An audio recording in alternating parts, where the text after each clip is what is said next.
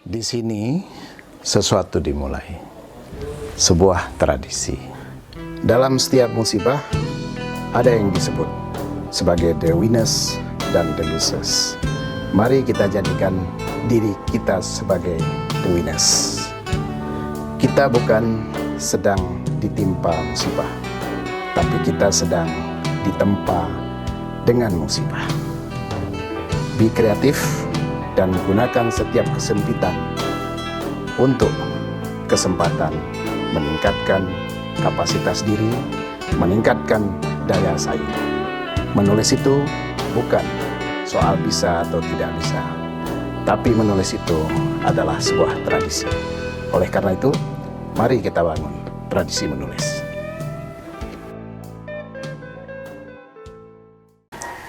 Salam sejahtera Prof. Irwan, selamat sore. Ya, selamat sore, salam sejahtera. Iya, senang sekali bisa diundang dalam diskusi dengan ini. Saya, Prof, melihat beberapa fenomena peristiwa mengenai etnis. Mungkin bisa dijelaskan tentang apa sebenarnya etnis itu, Prof. Ya, jadi kita lihat di semua masyarakat itu ada etnis ya. Karena etnis ini kan sebenarnya kembali pada sejarah dari masyarakat, di mana setiap masyarakat itu sesungguhnya dimulai dari suku-suku ya.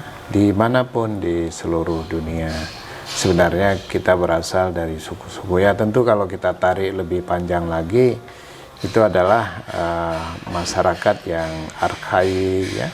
Jadi orang-orang yang hidup di gunung, di hutan, ya. Tapi ketika perkembangan peradaban itu terjadi, kita bisa melihat adanya perkembangan tradisi, ya, masyarakat tradisional yang mulai mengorganisir diri mereka ke dalam kelompok-kelompok. Itulah yang kemudian disebut suku. Jadi kumpulan orang, ya, dengan identitas kultural yang sama. Seperti bahasa, kadang-kadang juga warna kulit gitu ya, tapi juga yang mendiami satu wilayah tertentu, itu teritori kebudayaan juga penting. Franz Boas misalnya menyebutnya culture area ya. Jadi ada culture area, walaupun culture area bisa juga berbicara jauh lebih luas, tapi itulah etnis ya. Terus ini menarik, Prof. Saya membaca satu buku, Prof, mengatakan bahwa misalnya sebenarnya etnis itu jika melihat perkembangan sekarang dengan globalisasi, perubahan waktu, seharusnya itu mencair gitu. Ya. Tapi justru kita melihat beberapa kasus itu, termasuk di Aceh misalnya perbatasan, muncul segmentasi etnis yang mengarah pada pengentalan dan penguatan, Prof. Ini kenapa bisa terjadi begitu? Ya, memang ini perkembangan yang sangat menarik, karena kalau kita lihat proses modernisasi dunia yang semakin demokratis ya, jadi harusnya identitas etnis itu mencair. Jadi masyarakat yang saya sebut sebagai borderless society ya, yang sudah batas-batasnya mulai mencair, mengabur sebenarnya, sehingga adopsi dan adaptasi terhadap sesuatu yang berbeda itu dengan mudah terjadi.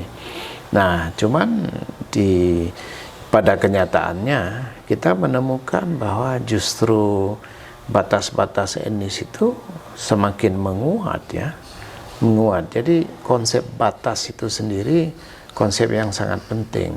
Jadi ketika kita membangun teritori, border, itu ada satu usaha distingsi untuk membedakan kita dengan orang lain.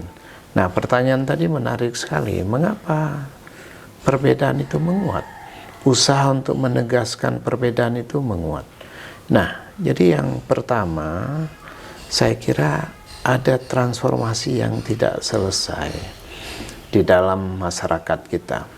Jadi harusnya transformasi kultural itu berjalan seiring dengan transformasi teknologis. Jadi perubahan-perubahan teknologi di dalam masyarakat, perubahan-perubahan kehidupan bersama, demokrasi misalnya yang semakin baik, itu harus didahului dengan satu transformasi sosiokultural. Nah, ketika transformasi sosiokultural itu tidak terjadi, tidak berlangsung dengan baik, maka sesuatu yang masuk dari luar itu maknanya menjadi ancaman. Bukan sebagai satu kesempatan, suatu ruang bersama, tapi dilihat sebagai ancaman yang mempertanyakan keberadaan seseorang atau sekelompok orang tadi. Dan disitulah kemudian secara umum setiap orang merasa ada kompetisi yang dia harus bersaing, dia harus mempertahankan diri.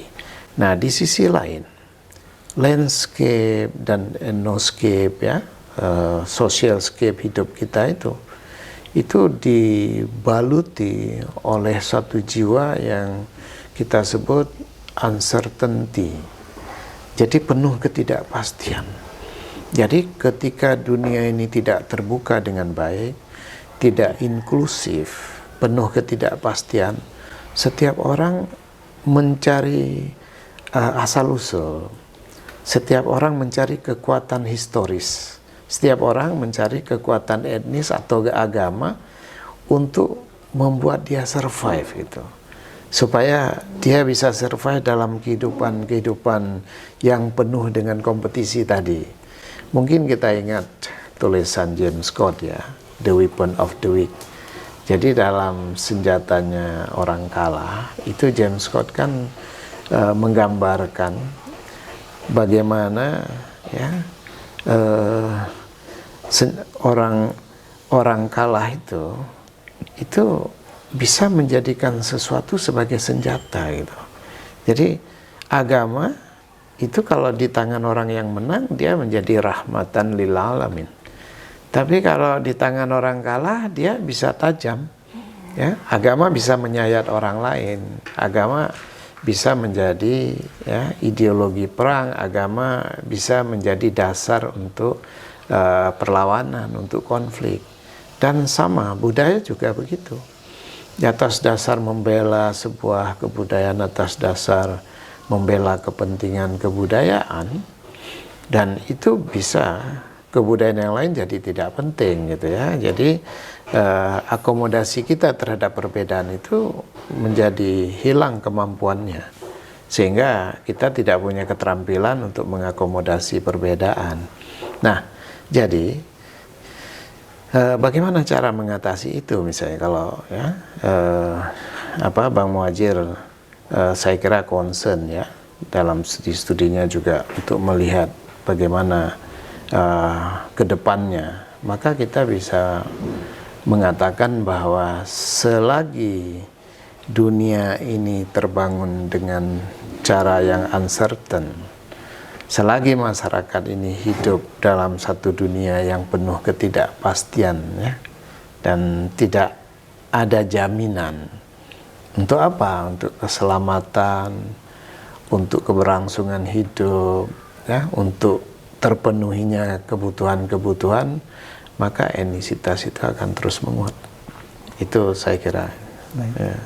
Jika kita tarik dalam skop yang lebih luas, Prof, apakah menguatnya etnisitas itu punya dampak tidak terhadap integrasi nasional misalnya dalam negara bangsa Indonesia yang begitu luas?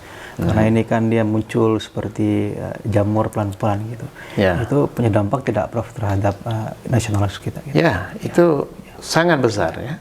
Jadi justru ancaman-ancaman tentang keberadaan negara kesatuan itu akhir-akhir ini memang kita lihat.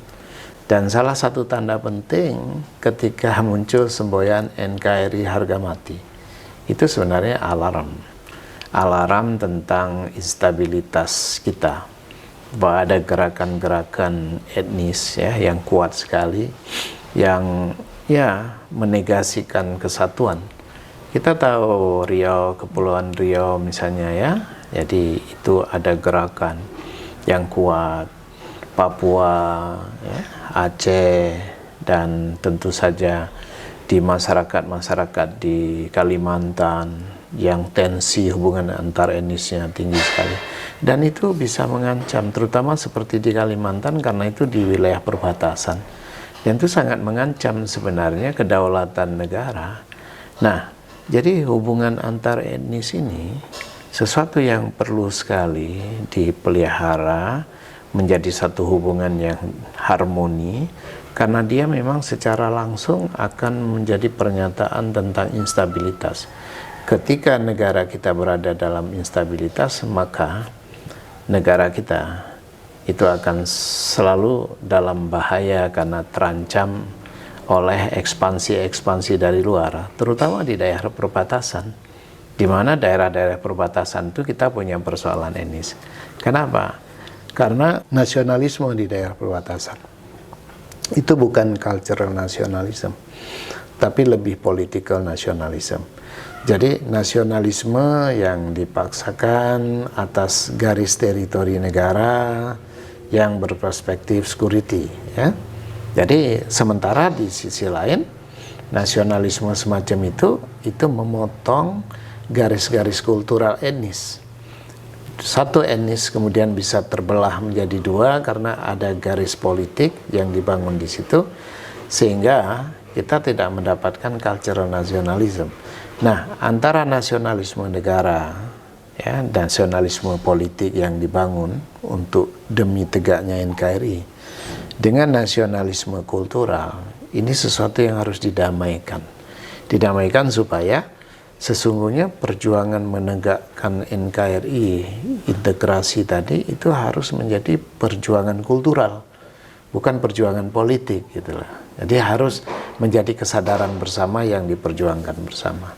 Saya kira demikian, Bang Muhadjir.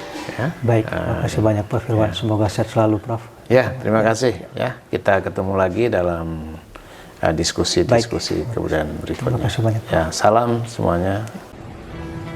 Ikuti terus kuliah-kuliah kebudayaan dari Profesor Dr. Irwan. Jangan lupa subscribe, like, dan share. Kenapa? Karena kita membagi ilmu bersama dalam proses produksi pengetahuan. Mari kita bersama-sama mencerdaskan orang banyak. Terima kasih.